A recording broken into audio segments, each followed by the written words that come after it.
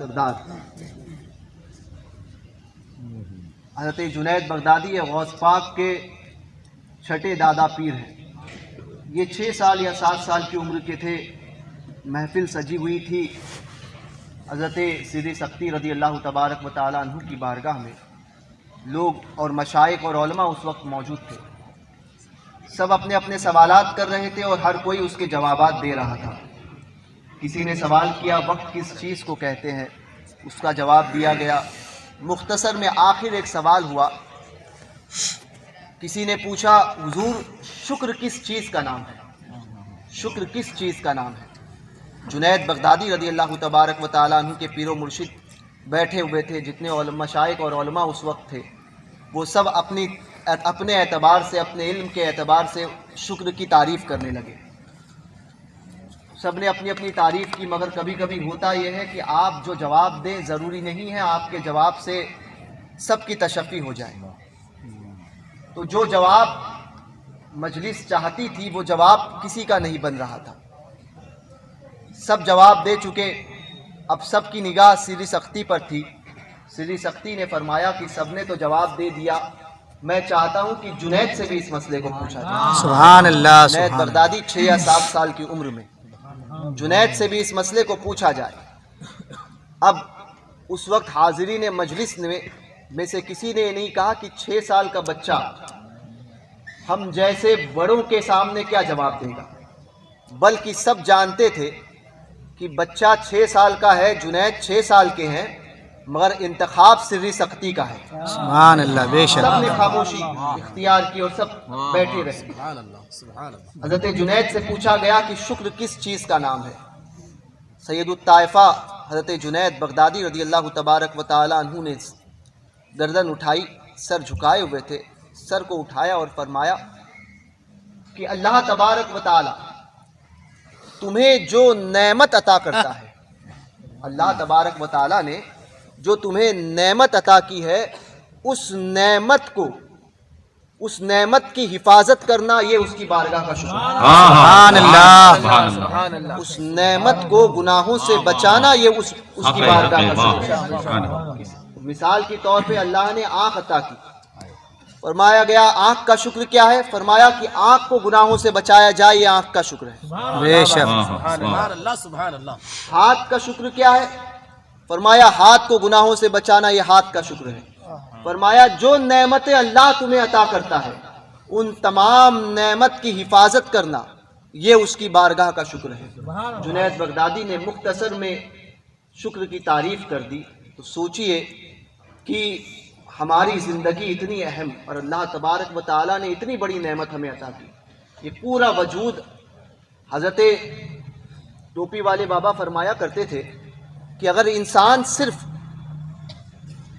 اس بات کا شکر ادا کرے، ساری زندگی اس بات پر رب کا شکر ادا کرے، تب بھی اس کا حق ادا نہیں ہو سکتا کہ اللہ تبارک و تعالیٰ مرنے کے بعد میں اسے کفن میسر کرتا ہے۔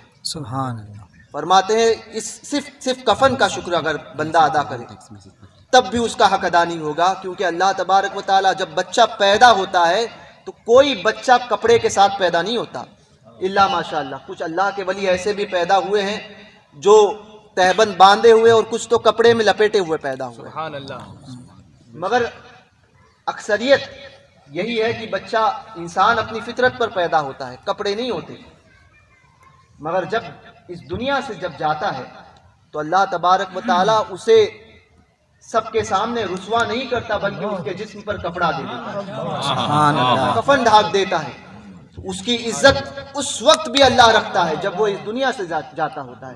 ٹوپی والے بابا فرمایا کرتے تھے اگر صرف اس بات کا وہ شکر ادا کیا کرے ساری زندگی، تب بھی اس کا حق ادا نہیں ہو سکتا۔ بے شک۔ سوچئے ہم اور آپ روزانہ نعمت کھاتے ہیں۔ ایک بزرگ سے میں نے کھانا کھاتے وقت سنا، دسترخوان پہ بیٹھے تھے، انہوں نے کہا کہ جانتے ہیں کہ دسترخوان پر بیٹھنے کے بعد میں ٹوپی پہننا اور سنت کے مطابق کھانا کیوں ضروری ہے؟ فرماتے تھے دسترخوان یہ اللہ تبارک و تعالیٰ کی نعمت ہے، اس کا رزق کھاتے ہوتے ہیں، یہ کیا کم ہے کہ اس نے اس لائق بنایا کہ اس رزق کو ہم اٹھا کر اپنے ہاتھ سے اپنے منہ میں ڈالیں، پھر اس نے یہ طاقت عطا کی کہ ہمارے منہ میں دانت دیے, چکھنے کے لیے, ذائقے کے لیے زبان عطا کی. فرمایا کہ اگر یہ کسی کے پاس نہ ہو تو پوچھو اس کو اس کی اہمیت کیا ہوتی ہے. فرماتے تھے اس کا شکر ادا کرو. تو آج ہم اس طرح سے اپنی زندگی کو گزارتے ہیں, ہم سمجھتے ہیں کہ کوئی ضرورت نہیں, کوئی ضروری نہیں ہے کہ زندگی اسی اعتبار سے گزارا جائے, جیسی مرضی میں آئے ہم گزارے. اور یاد رکھنا ان تمام چیزوں کی اہمیت کا اندازہ تب ہمیں ہوتا ہے جب ہم سے وہ نعمت چھین لی جاتی ہے. اسی لیے اللہ نے جو نعمتیں آپ کو دی ہے اس کی حفاظت کرو, اس کی حفاظت کرو. زندگی مختصر ہے اور یہاں پر کوئی کسی کا نہیں ہے. آپ کو کام وہی آئے گا جن کو آپ زندگی میں یاد کرتے تھے, وہ کام آنے والی ذات صرف ہماری سرکاروں کی. بے شک, سبحان اللہ. باقی آپ کوئی کہو کہ یہ میرا دوست ہے, یہ میرا قریبی ہے, کوئی کام نہیں آتا. حضور تاج الشریعہ فرماتے ہیں, میں اکثر کلام یہ پڑھتا ہوں اور مجھے بہت پسند ہے, حضرت کہتے ہیں اور حقیقت کو حضرت نے لکھا ہے. فرماتے ہیں غیر اپنے ہو گئے جو ہمارے بدل گئے, غیر اپنے ہو گئے جو ہمارے بدل گئے, نظریں بدل گئی تو نظارے بدل گئے, نظریں بدل گئی تو نظارے بدل گئے, غیر اپنے ہو گئے.